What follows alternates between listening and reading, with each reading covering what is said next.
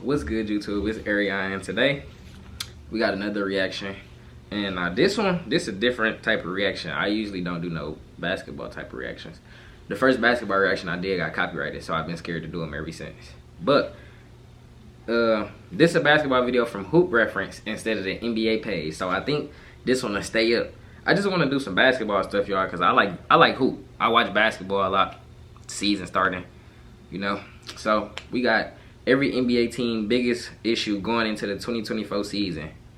East. So we got the East edition. We're going to do the East and the West. I'm going to do both of them. Subscribe if you're new. Turn on post notifications to never miss an upload. Leave a like or dislike. I really don't care. And yeah, we're going to get straight into it. Training camp has officially gotten underway, which means the new season is right around the corner. When the new year begins, all 30 NBA teams begin with a lot of optimism and excitement. And while some teams obviously are more set up for lofty goals than others, they all have their own set of expectations that they hope that they can reach.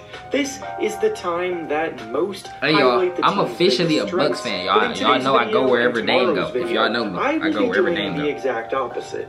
Instead, in these videos, I will be going through every team, identifying their biggest issue going into the new season.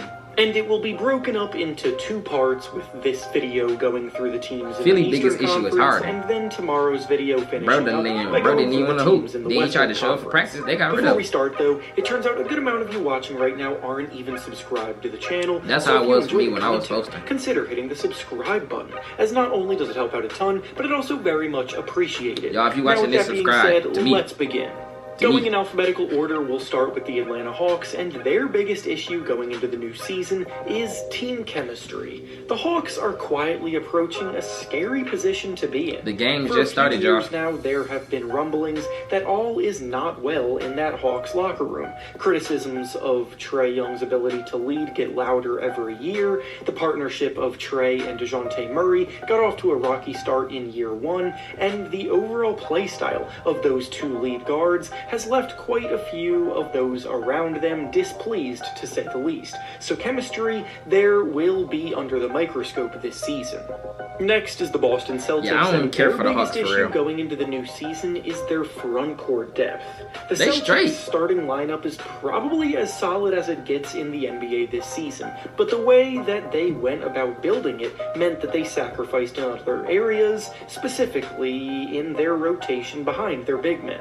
Kristaps Porzingis and Al Horford can hold things down on both ends for sure, but after that they have Luke Cornett, Sam Hauser. They lost Grant Williams in a sign-and trade, and they also traded away Robert Williams in order to acquire Drew Holiday. So now think that's in a conference with a ton of dominant, I feel like Boston one of the best teams in the league right now. To guys that they can throw at them. Next is the Brooklyn Nets, and their biggest issue going into the new season is playmaking. They got a lot of wings. Filled with wing players that can defend well and shoot the ball, but their backcourt is severely lacking in they got a lot of wings. They got a lot of defenders. Spencer Dinwiddie is more of a score-first player. Mikal Bridges is the same way. Cam Thomas is definitely that way, and so is Lonnie Walker. They desperately need Ben Simmons to return to form to help in this regard, but after the last few years of what y'all think about Ben Simmons, man? I think Ben Simmons might come back and play straight. I think he might come back and be straight. Up next is the Charlotte Hornets, and their biggest issue going into the new season is their maturity. This may sound harsh, but the Hornets have done a terrible job developing a culture that cultivates winning basketball games. And with all of the youth in their locker room, they have nobody checking them, making sure that they actually keep their priorities straight. LaMelo Ball needs some veterans around him, and instead he's got Kai Jones doing whatever he's doing, Miles Bridges with his off-the-court issues, and nobody who can really be looked at to lead. Next is the Chicago Bulls, and I don't care for the Hornets either, or the Bulls. Point guard. Again, because Lonzo Ball gone. The Bulls are severely lacking in the playmaking department, with nobody on the roster who can really run the offense and make the lives of their scorers easier. Zach LaVine and DeMar DeRozan are still two high-level scorers, but at point guard, there's a glaring hole. Unfortunately, Lonzo Ball's career has gotten derailed by injuries because he could have been filling that hole. But now their options are Javon Carter, Kobe White, and Ayo Dosunmu. What happened happened to Kobe White, though? Kobe White used to be straight. Be lead guard material. Straight little six-man Up type next player. is the Cleveland Cavaliers, and their biggest issue I like the going into Cavs, the new y'all. season is their front court scoring. Last year, the Cavaliers got back to the playoffs behind a stellar defense anchored by their two big men, Evan Mobley and Jarrett Allen. I do like the Unfortunately Cavs. for them, And though, I like those I two fuck were with them on also the 2K. ones that held the group back I during do the fuck with the playoff Cavs on action, 2K. as I their fuck with any inability team to that got two create big even men the on littlest 2K. bit I'm of not gonna lie, offense for because I like the themselves Timberwolves severely too. limited what the Cavaliers I fuck could with the do Timberwolves in real life offensively too. I when like the game Ant. slowed down, and I don't really see that changing much this year. Next up is the Detroit Pistons, and their biggest issue going into the new year is their big man logjam. The Pistons have a ton of promising young talent that has been developing nicely throughout their rebuild, but the fact of the matter is that there are only so many minutes to go around, and some of the players that probably should be prioritized are going to get the short end of the stick in the rotation. In their front court, they have Jalen Duren, Isaiah Stewart, Marvin Bagley, and James Wiseman all vying for minutes at center. Then you factor in Bojan Bogdanovic still holding down the starting power forward spot, limiting the amount of time that two of those other guys can share the court at the same time. That Up is a next lot of is the motherfuckers. Indiana Pacers, and their biggest issue is the trade rumor distractions.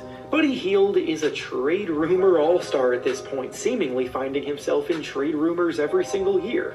He and the Pacers were unable to come to an agreement on a I haven't really contract seen nothing extension about this no summer, Buddy Hield so it trades then for got real. reported that Hield may be shopped on the trade market, but nothing has come from it yet, so yet again, they've got that hanging over their heads. Next is the Miami Heat, and their biggest issue going into the new year is shot creation. Their surprise run to the NBA Finals all they got is last Tyler year Hero, as the man. 8th seed has seemingly made everyone forget why they were the 8th seed. Jimmy in Butler the can first create his place. own shot, though, The team bro, he ranked can. in the bottom 5 of the NBA both offensively and in three-point percentage last season because in general they have a thin roster filled with streaky shooters who lack the consistency creating offense. Jimmy Butler has proven that he can elevate his game come playoff time, Yeah. but in the regular season he has been very on and off. It don't matter as long as they Hero get is into a the good playoffs, spark of though. offense, but has But y'all know had I'm shot against the selection Bucks. I mean, I'm issues, against and the then nobody Heat. else can I'm a really Bucks take fan, man. I'm control against the and Heat. create for themselves. And after Dame didn't watching go there, Gabe so Vincent we don't and care about Max them. Strus leave them in free agency, they lost even more. Up next is the Milwaukee Bucks, and their biggest issue going into the new season is their backcourt depth. The Bucks just traded for Damian Lillard, It is and right just away Dame, I think. they're going to be expected to win a championship because of it. The move is obviously very We exciting. winning it. We but winning it all alongside this year, y'all. In the backcourt is Bucks not all the a way, whole lot. bro. Their other guard options are now Pat Connaughton and Malik Beasley, who are both very streaky shooters at best. Plus, the team's perimeter defense is going to take a big hit without Jrue Holiday. So they have star power, but the starting lineup is going to have to carry a lot of the load. Next is the New York Knicks, and their biggest issue is their front court depth. Like the Celtics, the Knicks have a solid starting lineup, but then when it's time They for got either Julius Julius Randle and who Randle or else? Mitchell Robinson to get a break, they're somewhat weak behind them. They inexplicably decided to trade Obi Toppin for a couple of second-round picks this summer, so now their options off the bench are Isaiah Roby, Isaiah Hartenstein, and Jericho Sims, which is less All than nobodies, ideal. which is all Up nobodies. next is the Orlando Magic, and their biggest issue is their point guard logjam. This really pay was an attention to them issue that last much. year, and then Boy, they went got and Markelle drafted another Fultz. point guard in the lottery this year, bringing in that Anthony Wagner, Black, Franks Wagner to a group dude. that already included Markelle Fultz, Jalen Suggs, and Oh, yeah. Cole Anthony. Oh, Cole yeah. Anthony could potentially Franks be the Wagner, odd not a man point out guard. on He the must be like trade shooting block, guard, small according forward. to some reports that have been floated out there, but it doesn't change the I don't pay fact attention to that that for real. they've got so many options at one position with only so many minutes to go around. Next is the Philadelphia 76ers, and their biggest issue going into the new I season said this. is James Harden. The situation bro. between Harden I said this and in the the beginning. Sixers has gone on through the entire summer, and it has not come anywhere close to a resolution. There's blame to be had on both sides of the argument, and neither side has given an inch, with Harden still insisting that he wants to play elsewhere as he seeks a max contract, and the Sixers still refuse to trade him for pennies on the dollar, with no real trade market forming for him.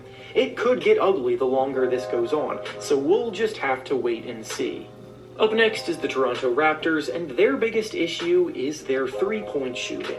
The Raptors were a bottom they really not spreading the flow like that in three-point percentage last year, and they just replaced their highest volume three-point shooter in Fred VanVleet with an even worse shooter at point guard in Dennis Schroeder.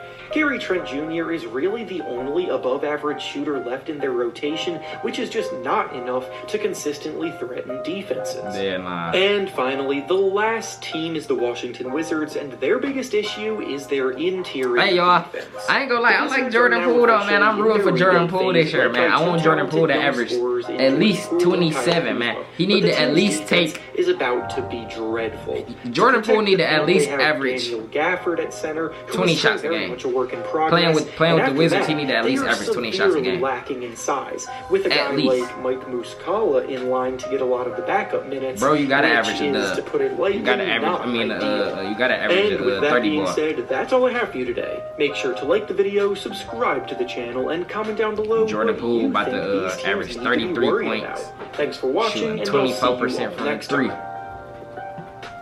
Y'all, that's it for that, y'all. That's the end for the East version, y'all. I'll be back with the West version. Yeah, I might make it into 2 videos. I might split it up. I don't really know. But if you made it to the end of this video, I appreciate you. Subscribe.